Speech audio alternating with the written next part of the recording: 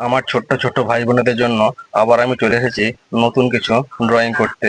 আর আমার এই ভিডিওটি সম্পূর্ণ দেখবে, তাহলে নতুন কিছু শিখতে পারবে। প্রথমে দেখো আমি একটি উপরের দিকে একটি বৃত্ত অঙ্কন করলাম, এরপরে দেখো একটু নিচের দিকে আরো একটি একটু বড় বৃত্ত অঙ্কন করলাম, সবশেষে নিচের দিকে দেখো একটু বাঁকিয়ে দিলাম।